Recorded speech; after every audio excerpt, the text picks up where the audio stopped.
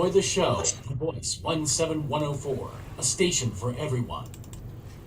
Welcome to Did You Know? Podcast, your host, Richard Utley, dedicated to the African American viewers. The program is aimed to celebrate African American culture and deal with the real and relevant topics that impact the everyday lives of the African American community through frank and insightful dialogue with local and national influencers.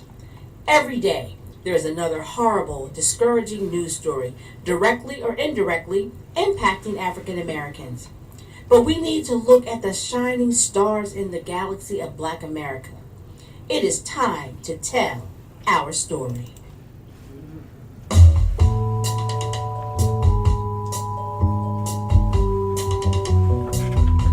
Okay, good afternoon, and welcome to another Did You Know?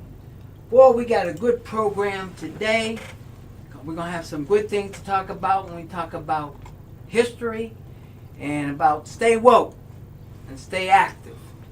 That's what this program is going to be about today. We're going to have a good history lesson today. But before I go into the history, there's a couple things that I want to say. Sometimes I read things and I think it's important for you to know about them. And sometimes I think you can relate to them. I was reading they wrote an editorial, their view, in the paper. And I just found it so interesting that I want to share it with you.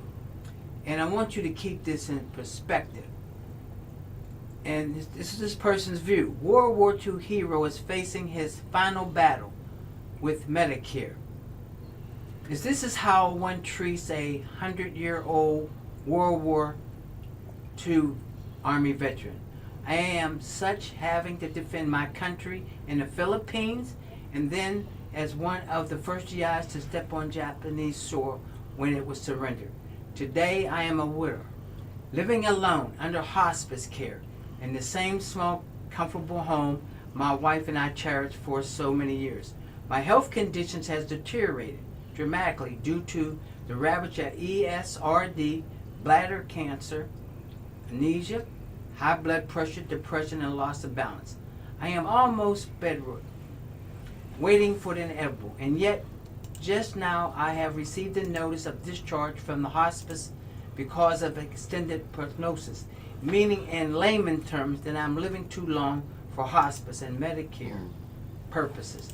They argue that I am now able enough to medically to make it on my own without hospice care. Young people today enjoy the fruits of freedom and principles of democracy. They have no idea of the sacrifices, pain, and the death it took to achieve such privileges. Mostly they live in a shelter, protected bubble. But I am part of the generation that fought hard for those God-given benefits. Moving me from hospice to a nursing home, giving my medical and physical condition would be a death knell. For sure I know I only have a few weeks and perhaps a month to live. But the rejoicing is simple. Thank you for your service, but get out of sight. I again ask, is this how we treat a 100-year-old World War Army veteran? And his name is John Borden from Camp Hill. And the reason I shared that with you is to show you how insensitive that our country is becoming. You know, it's the haves and the have-nots. And I think what's important that we're going to have to learn to work together, to join together. That's why I tell all of you, when you see people in the community, when you see senior citizens, say hello to them. Say good morning. Say hi to them. And you senior citizens, when you see young people, say hello to them too. We have to unite together because it's very important for us to work together. Ladies and gentlemen, I've done told you a long time ago, a long time ago, we ain't got a choice but to work together and stick together. And before I start to talk about my history, I want to play this song for you, and I just want you to think about it for like a minute. Just think about it.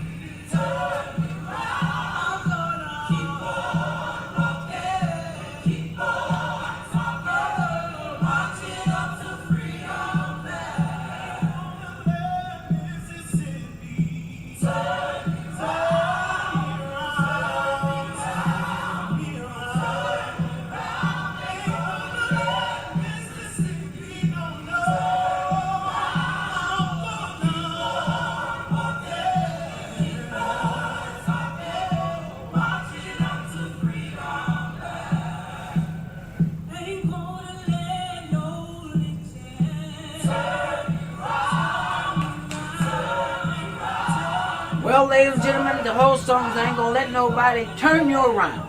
And we ain't gonna let nobody turn us around. And we're gonna learn our history, and we're gonna tell our history, and there ain't nobody can take it and wipe it out. So I've been looking at different things, and I found something very interesting that I want to share with you. I'm going to bring up a portrait of Washington in a boat. And I found this very interesting because I was reading this here. And it said, of course I know Christmas addicts. You probably do too. As the first to die in the Revolutionary War, I'm assuming most of you knew that at the Boston Marathon on March 5th, 1770, Act was the first of the 5 fallen British soldiers that day. Okay? You know, he is noted most in history books, you know, because he fought. So Attucks, I would say, was a patriot. Would you all agree? But we had more than just him as a patriot. However, many of you may not know Oliver Cromwell. He was another Revolutionary War hero, another black man who fought valiantly for freedom. He was for a new nation. For our nation, he was another patriot. And I just found it very interesting to put it in perspective for you, is that early on, when George Washington himself signed a decree forbidding men of color to join the Continental Forces, you may not know that. Though Washington soon flipped because the British had offered freedom to the many enslaved people if they fought for the redcoats, and Washington needed men. You see, we need to know those kinds of things. And the other thing that's important is that Cromwell holds a prominent distinction of being one of the least 2 black men among the 2,500 who crossed the Delaware on Christmas night in 1776. And you probably didn't know that. And if you look very closely, I found this very interesting. The person that painted the picture, 2 black historians, there were 2 black people that they're trying to say that was on the boat. They're trying to say that Cromwell was on the boat. He received the honorable discharge from Washington. And the real issue is that we don't realize that we participated in the Revolutionary War and we played a very important role. And that's why it's very important for us to tell our history and for us to really say who we are. Because really what happened is that when he got out, he tried to get a pension. But he couldn't get a pension because he could not read and write. That's the reason they didn't give him a pension. His medal and discharge papers was also taken from him. But back in Burlington, Cromwell found friends who helped him finally attain a pension of $96. And he bought a farm. My point is this here. We have to tell the history of ourselves. If we don't tell the history of ourselves, then shame on us. And that's why today is a very important program that we're going to have. And so, you know, I've always said, you've always heard this, a mind is a terrible thing to waste. So we're going to have to do a better job. But today, I have someone on my program that I'm so happy to have on my program because, you know, all people should know black history. It is an integral part of history of the United States and is more than slavery and Jim Crow segregation. It's more than Booker T. Washington. It's more than Frederick Douglass and Martin Luther King in just one month of black history. So I think it's important that we're going to have to start doing our thing. So I have a young lady on my program today, and she's going to enlighten you on many things that you don't know, that you should know, and some of the things that they got going on in her church that you should participate. So I'd like to bring her on. Let's see if we can bring. Hello there. How are you? I'm well. How are you? Please, Miss I want you to tell my audience who you are. First of all, I want them to tell you who you are, tell them your little history about you, and then after you tell a little history about you, then I want you to talk about the journey of why you think it's so important of telling the story of the living experience. Awesome. Well, my name is Andra Haywood. I am the director of Living the Experience. It's an Underground Railroad reenactment in Lancaster, PA, that has been going on for over 25 years here. I actually started working with the reenactment when it first started. Our founding director was the late Fumi Kennedy, and our recently retired pastor, Edward M. Bailey. Um, his vision was he saw so many tour buses come to Lancaster County. Lancaster County is, known for its rich farmland, for its Amish folks and things like that. A lot of folks come to the area that know sight and sound. And he said, why have we never seen these type of buses in the Southeast area, in a city where most of the Black folks in dated times lived? So once he had spoke with one of our historians, Dr. Leroy Hopkins, he found out so much information about the area, about our church, and about the Underground Railroad. And that's how it all started back in about 1998. Well, that's good. I want you. So that's the reason. What made you decide that you wanted to be a part of this? To be a part of it. Yes. Well, I was only 14 years old when it started. And the director at the time was a mentor of mine. I was around her constantly, and she actually introduced me to some of the history that I now know about our local area. Growing up in school, we were all taught about Harriet Tubman and Sojourner Truth, who were amazing women. But I didn't know how rich the history right here in Lancaster was.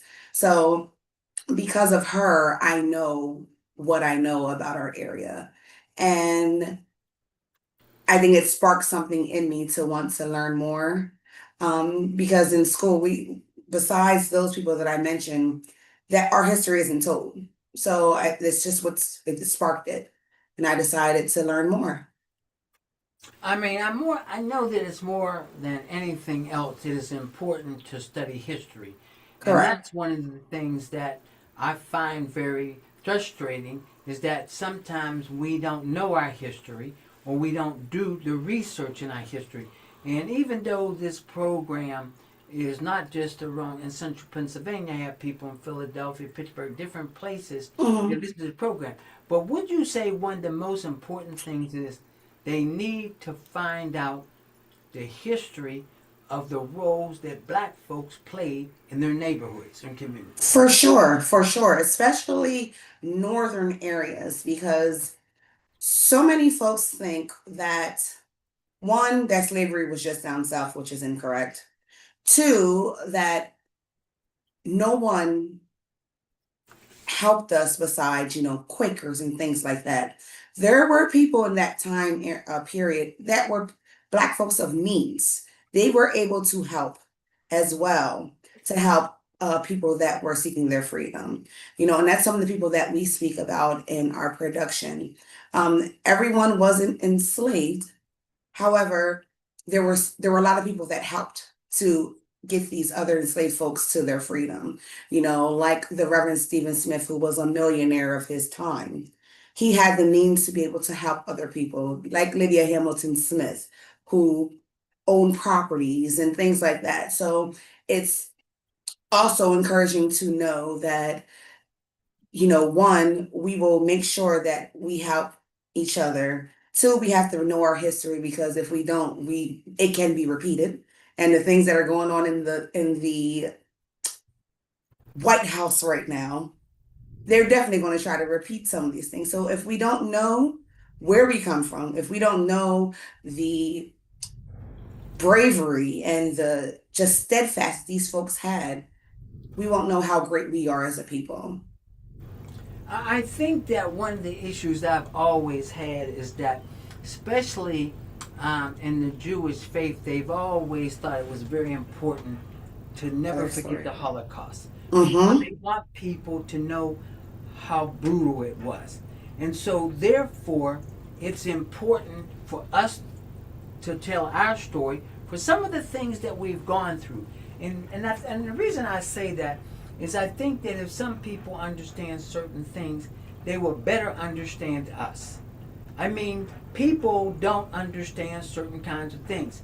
Like I get No. upset sometimes when I know that, especially, we don't take we don't take education very seriously. No. And the importance that we should take education is point because at one point we weren't allowed to read and Allow. write.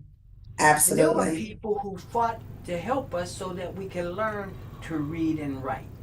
There are people that don't understand that when we, and we're going to talk about it because I'm going to let you bring it up right now, when you talk about what we're celebrating this week, Correct. not understanding that, okay, you were free. So if you're free and you're told, all right, go out, where are you going? You have no money, no land, you Mm-hmm. can't read and write. So what are you supposed to do? And I Exactly. And think that. people have to understand why it's so important that we're survivors. I think it's important that we tell our story, but I think it's important that we have to tell our story. So, Mm-hmm.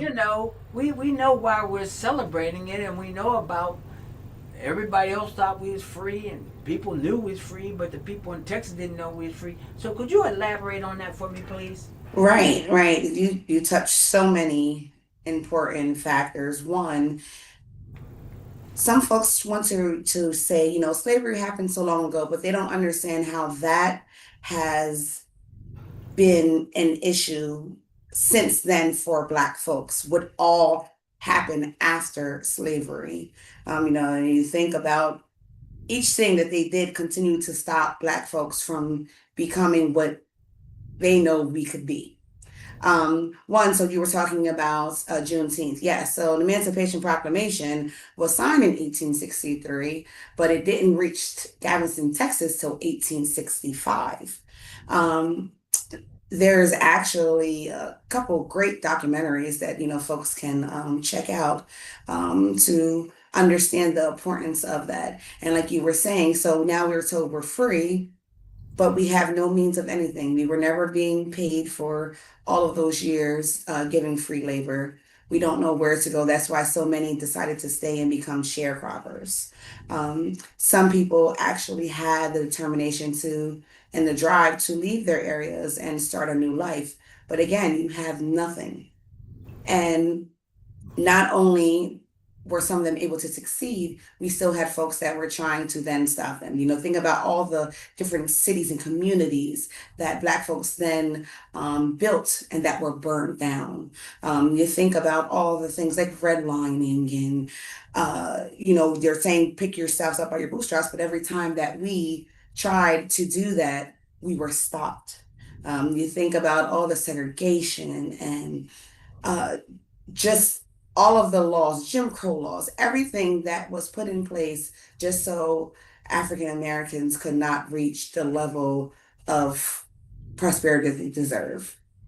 I mean, So that's why I think it's definitely important to celebrate Juneteenth, no, just for and us to remember where we are as a people. I think you hit on some things. Um, One of the things you hit on, that's why a lot of people were sharecroppers because they didn't have anywhere to go. They didn't have any wealth. They couldn't buy any land because they didn't have Mhm. any land. And I'm very clear and I'm very transparent about it because some of my family was sharecroppers in South Carolina. So I know that for a fact. And I know why they were sharecroppers. And the other two things that you talked about, and that's why I want people to do their own research. You said earlier redlining. We need to know about redlining, why redlining was the way it was, and why redlining is still there today. People need to understand that. I want people to write things down and do their own research. Don't go by what I'm saying. I think it's very important. I think that people need to understand, especially Northerners, they need to understand the Great Migration. They need to understand why some people left the South to come to the North. Okay? They came to the North because they thought they could have a better opportunity. And Correct. some did, and some didn't. I'm one of those too. My mother and father left South Carolina and went to Pittsburgh, Pennsylvania. Why? Because my mother had a family member there and said, come on up. And that's what happened to people that went to Chicago, went to New York, went to Philadelphia. They were hoping to have a better opportunity. And when they thought they had a better opportunity, and people have to understand, like you say, history, when they got there, they were put in an area. Harlem was created because that's where they sent black folks. And not all ethnic groups had different areas to go in. And I want people to be very clear of this. We know that other ethnic groups experience some things as well. But we need to tell our story so that not only that everybody in the world will know, but that our young people will know those kinds of things. Because I'm tired of them walking around here not understanding how they got to where they are today. They assume. You know, I always get angry when I hear kids say they want to be basketball players. And I'll say, well, who was the first black that ever played? They have no idea. They have no idea. Now, they might think of Kobe, or they may think of somebody now. But you think they would go do any research and find out that Chuck Cooper might have been the first one? Or if you talk to kids about baseball, do you think that if you ask them about Jackie Robinson and all them, or boxing or whatever? No, it's today. But don't you agree you need history to build a foundation? Absolutely. Absolutely. Because if you don't know where you come from, you won't know where you're going. And I totally believe that. And especially, you won't realize the things that. So that's why it's so important to know your roots. I just stand by that for sure. You had touched on about the, like different redlining and things like that. In Lancaster here, we had something, it was called redevelopment. So basically, the area where most of the blacks were in Lancaster in the southeast area, they homes that people own. They bought them out, not telling them really what it was about, got rid of that, and then put them in places that were more like a project area. And that area, which had grocery stores, which had different things in the community, doctors' offices that they were black run, they all were now gone. The area looks nothing like what it did back then. And it's happened all over America, really.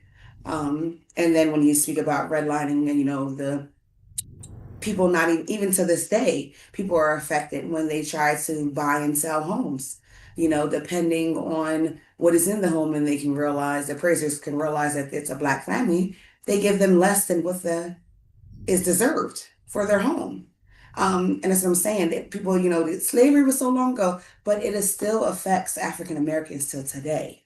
And if people could grasp that, I feel like we would be better off as a people. I think you're right, and you brought up something, you called it redevelopment. We all experience redevelopment. I grew up in Pittsburgh, and redevelopment took some neighborhoods that were very profitable, Mm-hmm. very safe, a wonderful community. Whether it's no matter where, you can relate to the word Mm-hmm. redevelopment. And in Harrisburg, Lancaster, Reading, no matter what, you can look at the word redevelopment and find out how we ended up behind the eight ball. Right. That's why I think that we need to be candid. I think that we should stop sugarcoating things, and I think we need to be very real. I mean, even 5 minutes ago, you said something, and probably people think. I mean, Quakers played a very important role into some of the development of black people. People Mm-hmm. think that when I want to talk about history or talk about us, I'm trying to leave somebody out. No, I give credit where credit's due, Right. but at the same time, we have to tell the story of our struggle, because now it looks like you want to take things and wipe them out. Oh, for sure. And You that's can't wipe it out.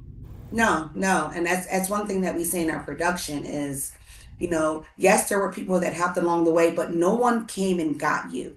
You made a decision to leave and want better. And that's one thing we have to remember as a people. The Quakers were awesome in helping us, but none of them stepped on the plantation and said, "Hey, come with me." you had to decide to make a stance and decide to leave the plantation or wherever you were. And that can even be, that's talked about today. And that's one thing we've been talking about in our production is it's repeating itself, not maybe with Black people, with brown people right now. The immigrants that they're sending back to countries, some of them have never even been to.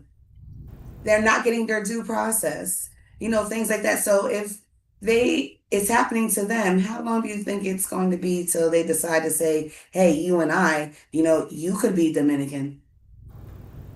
Um, I want you to talk about the living experience, but I want to read something to you because I do get Okay. texts. It says, a few weeks ago, we had the privilege of seeing this performance at Bethel AME Church with our dear friend Kelly. I won't. It was moving and very well done. This is what Mhm. somebody just sent to me. Oh, Uh, wow. Message. So, could you pretty well tell the audience what to expect in I living live in the the experience? experience. Sure. Yes.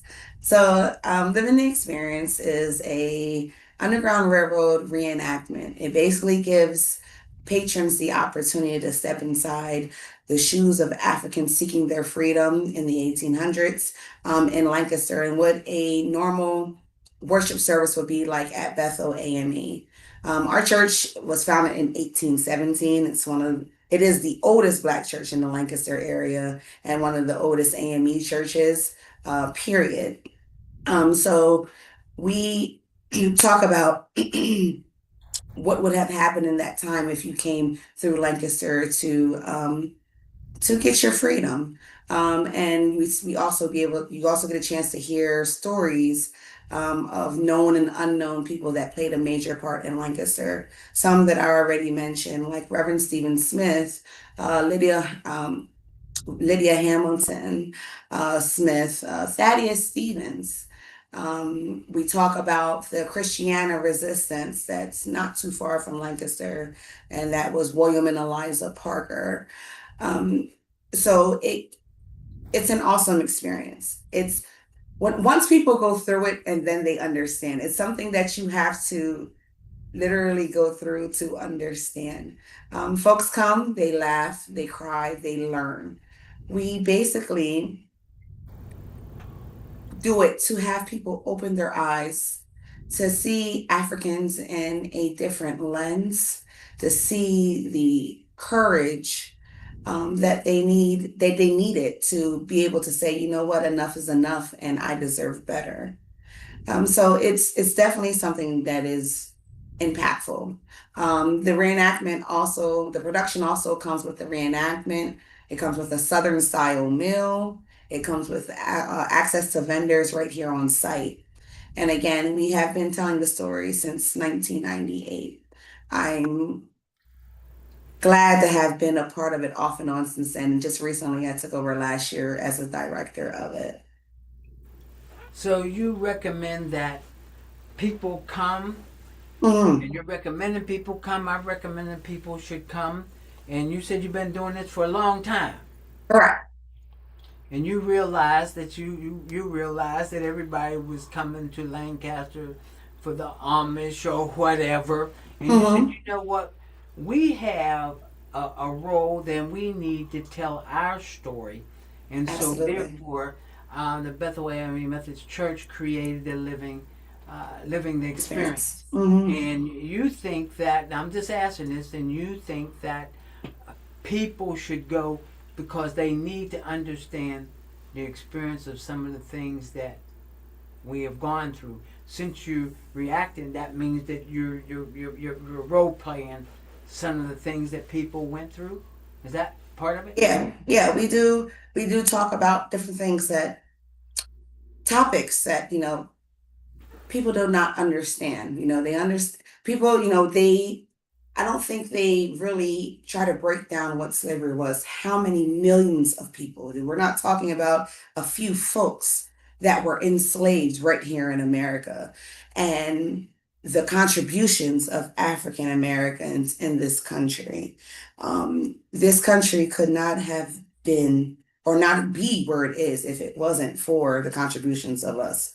Let's be real. So that's why this week is also very special, celebrating Juneteenth.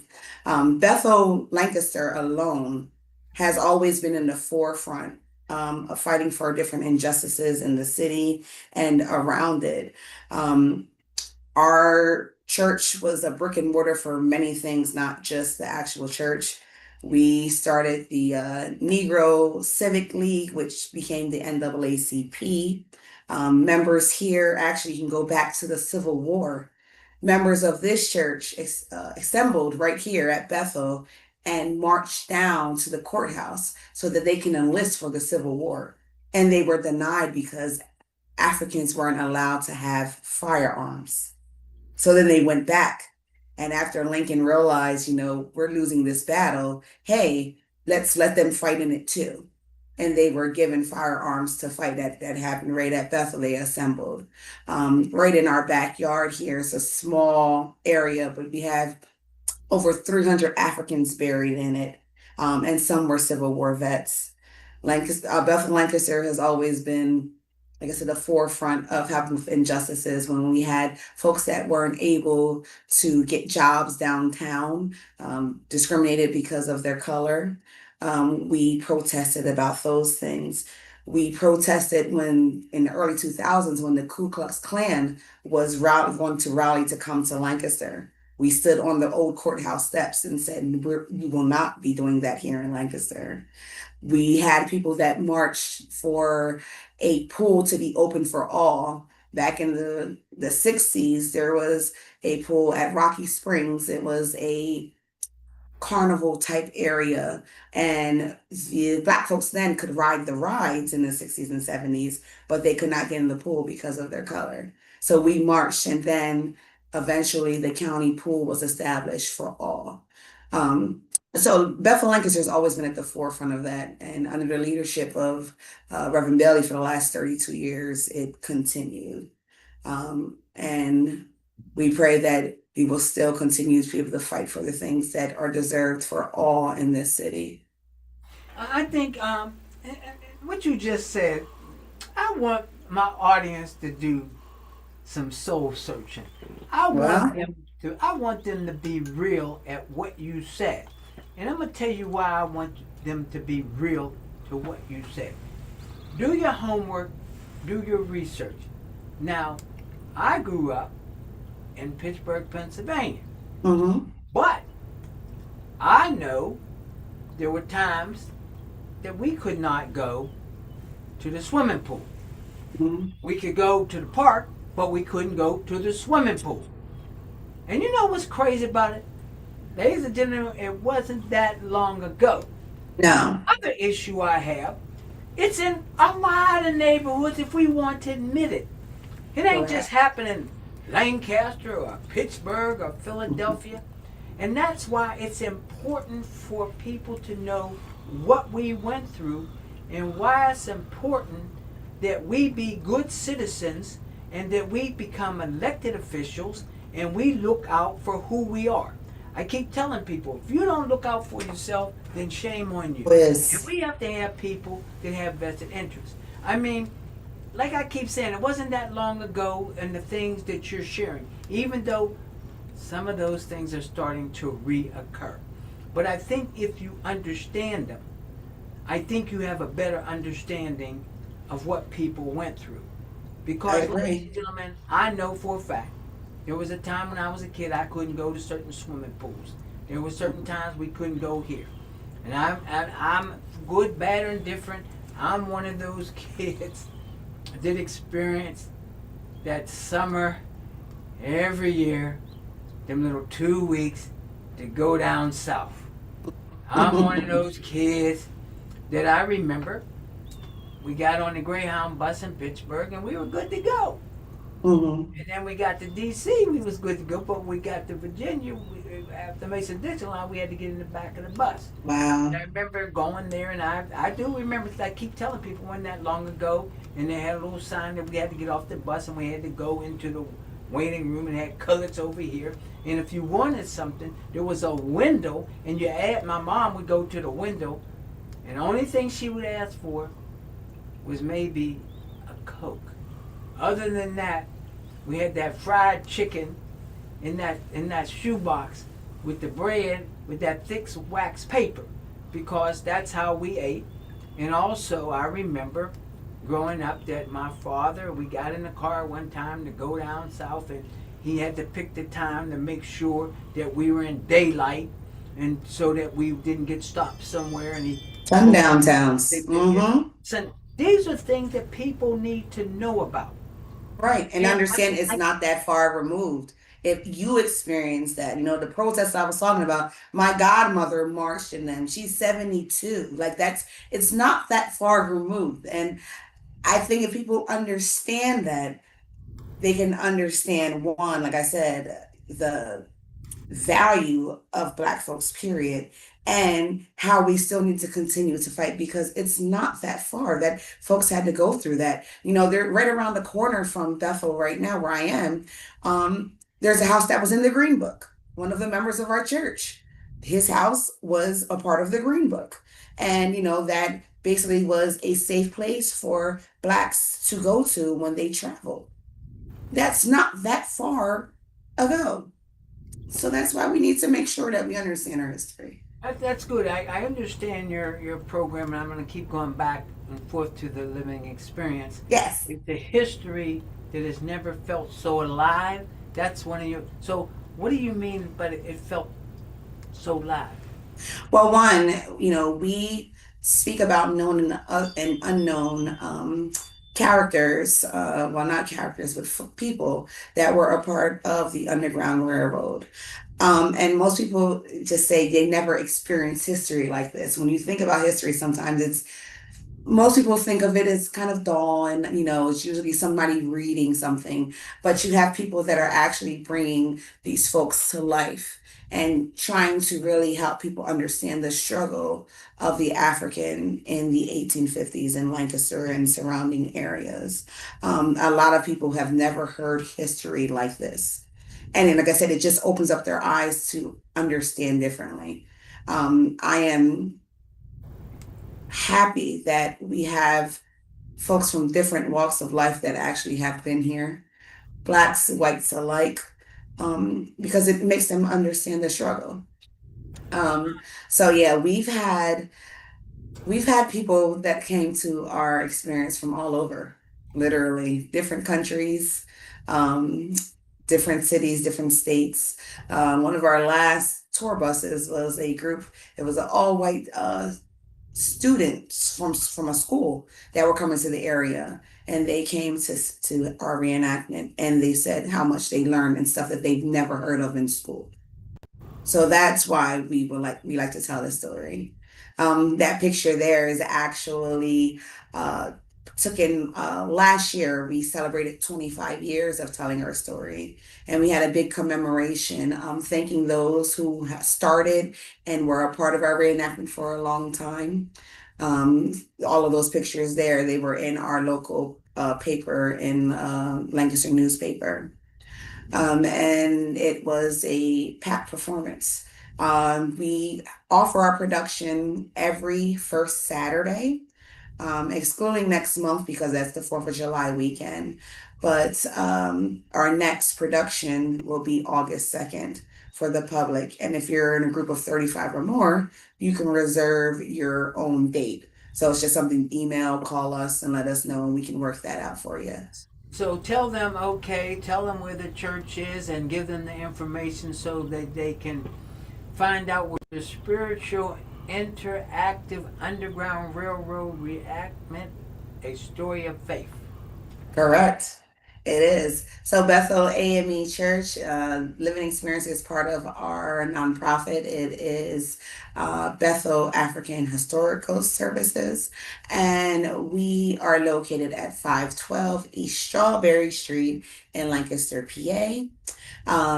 We have been at this area for hundreds of years. The church itself, it was actually was someone committed arson in 1879, but then it was rebuilt. And so we've been founded since 1817. And the reenactment is right here on our grounds. Doors open at 10:45 and the production starts at 11 every first Saturday. Tickets should be bought ahead of time because, like I said, our reenactment comes with a meal as well. So we have to have account for, for food purposes. So the end dates of each production to buy tickets is a week before. So you said meal. What kind of meal you have there? So Southern style meal, we're talking fried chicken, fried fish, collard greens, baked macaroni and cheese, rice and gravy, cornbread, on cabbage, green beans, things like that for sure. Something. So we like to feed your mind as well as your belly. That was good. That That's was good. right. Get the time in the body. um, what do you think that we should do in getting our people more motivated in terms of understanding the history? And like I said earlier, there were so many people that played an integral part of it. I mean, a person that you did not bring up, but I'll bring him up, and I'm sure you'll have wonderful things to say about him. Is Thaddeus Stevens? I think I Thaddeus did. Stevens is a very important person. Yeah. I'd like for you to share who Thaddeus Stevens is and why he played a very important role in us nationally. Correct. That is Stevens. So we actually have a cast member that portrays Thaddeus Stevens in our reenactment. Thaddeus was a congressman and an attorney that lived here in Lancaster. He was actually from Vermont, and he really fought for the African um, and the disabled because he was born with a club foot, which many don't know, him and his brother actually. So he was known as a radical Republican because he spoke up against the abolishment of slavery. So, well, he spoke for it. And so many folks, he wasn't really liked, but he did so much. But one thing we do talk about is how his career started with that, because it wasn't always that way. He actually, when he was an attorney, he fought um, against a lady, Delaplane, going into back into slavery. Charity Butler was her name, and she actually he won the case, so she was put back into slavery. And I think him working with Lydia Hamilton Smith, I think she helped him understand the struggle of the African, and his mindset kind of changed.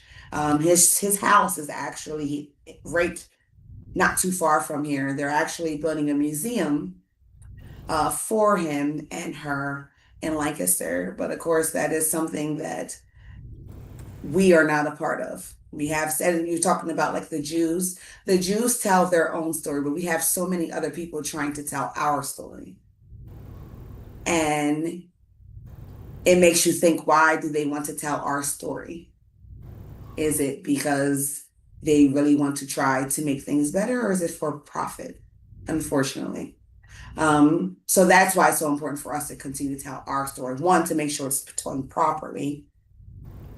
And two, that if it is going to benefit someone, it should be benefiting those in our community.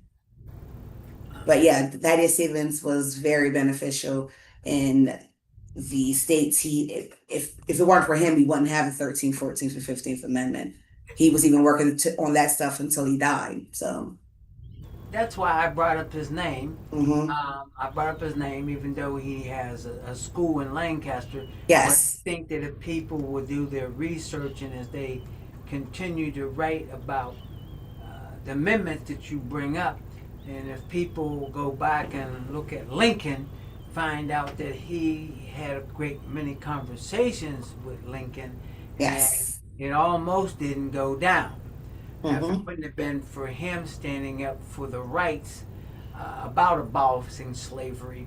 And so that's why I believe in giving people credit. I mean, Mm-hmm. We didn't fight the battle all by ourselves. We had many No. people that fought the battle with us. And I think we should give them credit. But at the same time, I think that people need to know what we went through, because they don't. I keep saying this. That's why I have made a decision that I don't think we really have a choice, to be honest with you, that we're going to have to tell our story and stay woke. And like I said, you can take magazines and books or whatever you want and try to wipe it out and act like it didn't exist. And I think that at this point in our country, we're at a crossroads, and that's just a sorry situation that we're in terms of nobody wants to understand history. Nobody wants to understand and do the research. And I bring this up all the time. You know, sometimes ignorance is a terrible thing. But sometimes we don't have to be ignorant if we do the research and learn and understand. I tell people all the time. I even tell people, they'll come up and they'll say, oh, well, you know, the Confederate flag. And I go, what Confederate flag? And then when I tell them that that was not the original Confederate flag, then they have to look at it. You know, we're the only group, and I'm going to say this, and people ain't going to like what I'm going to say. We're the only, in this country at this point, we're one of the few countries that you lose the war and you still get honored. The Confederates lost, but we honor them as if they won. Right. I don't understand that. Right. I want to get your viewpoint on something. You know, when we talk about the Holocaust, and we talk about Germany, and we talk about what they don't allow, and they won't allow it, and they don't allow people to get all this garb that they have with the Third Reich and all that. But yet, around here in America, we walk around like it's a badge of honor, not understanding what people went through. So I do understand the importance of why people should not forget the Jewish Holocaust. But I think people need to come to reality. What about the Black Holocaust? What about the Black Holocaust, you see? A lot of people was lost in that ocean. Exactly. From Africa to here. A lot of people. And then you had people that what they went through. So, you know, I'm very critical of it because I do have family members that were slaves. I did my own little research, and I have to admit to you that when I saw, going way back to all the different research they did, and I saw names and slaves, and I was able to connect to it personally, tears came down my eye. And it came down to my eye because I assumed that I had relatives that might have been slaves. But when I finally read something that I actually have in the census way back that said, oh, not only, yeah, you are, because here's your relative. And then you realize some of the plight that they went through. Or you realize that, and people don't understand this, talk about history, we talk about it down. You know, you talk about marching in the parade the other day in remember, people don't understand in World War II, the military was segregated for a long time. People don't understand that black folks went to war to fight Hitler in Germany to come back here figuring they were going to get a better life. But they didn't get a better life. People don't understand. The people. How many were hung because they wore their uniform about fighting in the war, and they came back to America and were treated less than? Well, people don't get it. They were treated better in overseas than they were in the place that they were fighting for. Make it make sense. Well, I agree with you, and I can honestly, truly say this. My father, who served in World War II, said that the German prisoners were treated better than them. Now, that's crazy, but that's true. I met a older man. He has since passed away, and he was a part of the Tuskegee Airmen that we all praise and think wonderful. But when he came back to America and got off the boat in New York, colors went this way, whites went that way.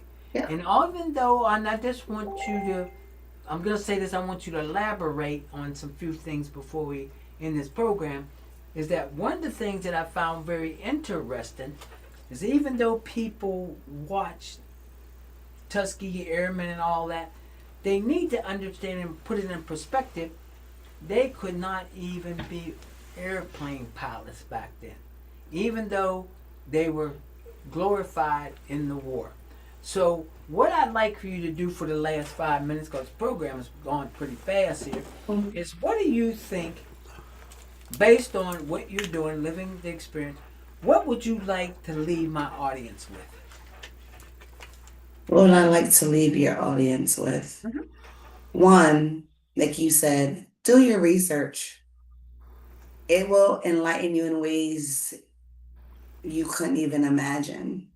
And like I said, I believe it also gives really all people one to acknowledge this country and the things they did to Africans, two, the things that are still happening to our people, and three, to understand what we went through as a people, what we continue to go through as a people, and maybe, just maybe, instead of putting your blinders on, you will want to fight for it.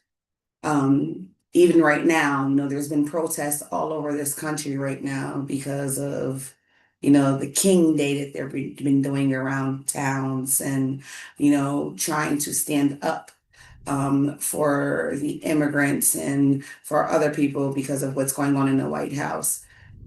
But if they would have listened back in November when we said, hey, these things are going to happen. Kamala told us these things are going to happen. If you believed it and voted and stood with us, we may not be going through what we're going through right now. So instead of turning a blind eye, speak up.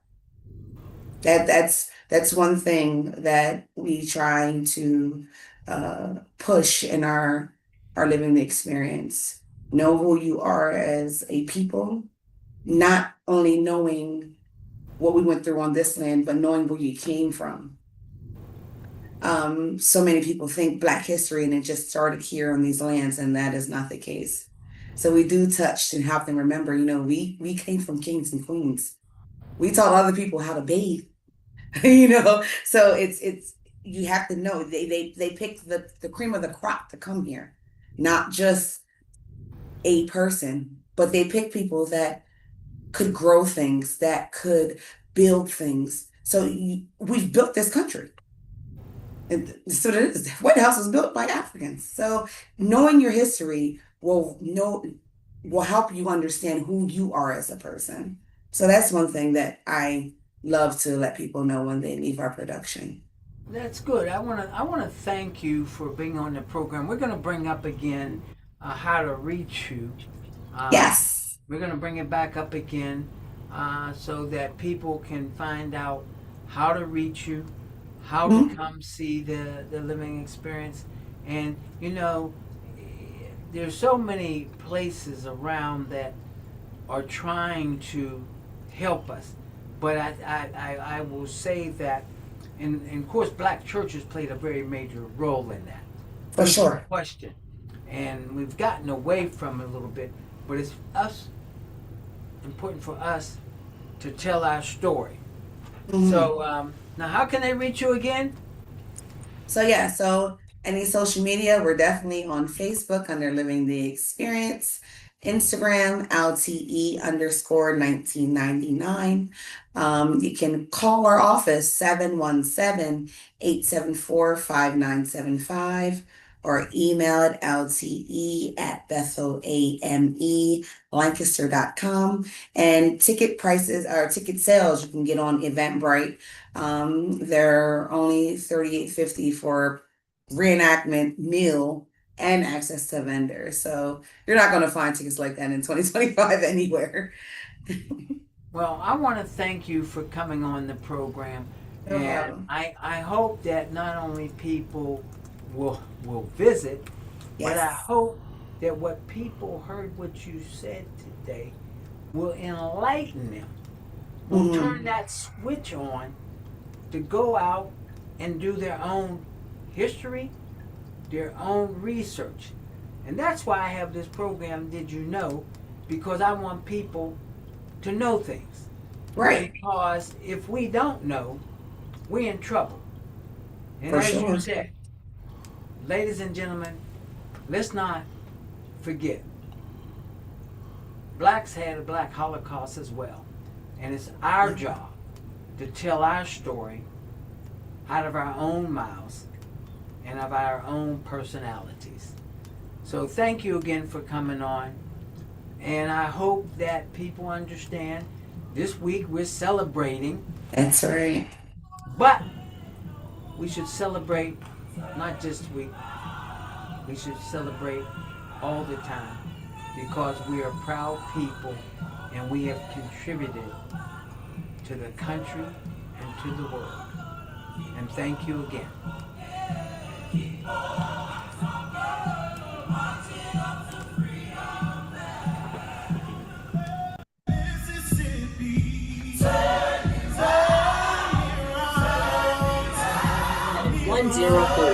We will be here on The Voice 17104 every first and third Tuesday from 6:30 p.m. to 7:30 p.m. Once again, thanks for viewing.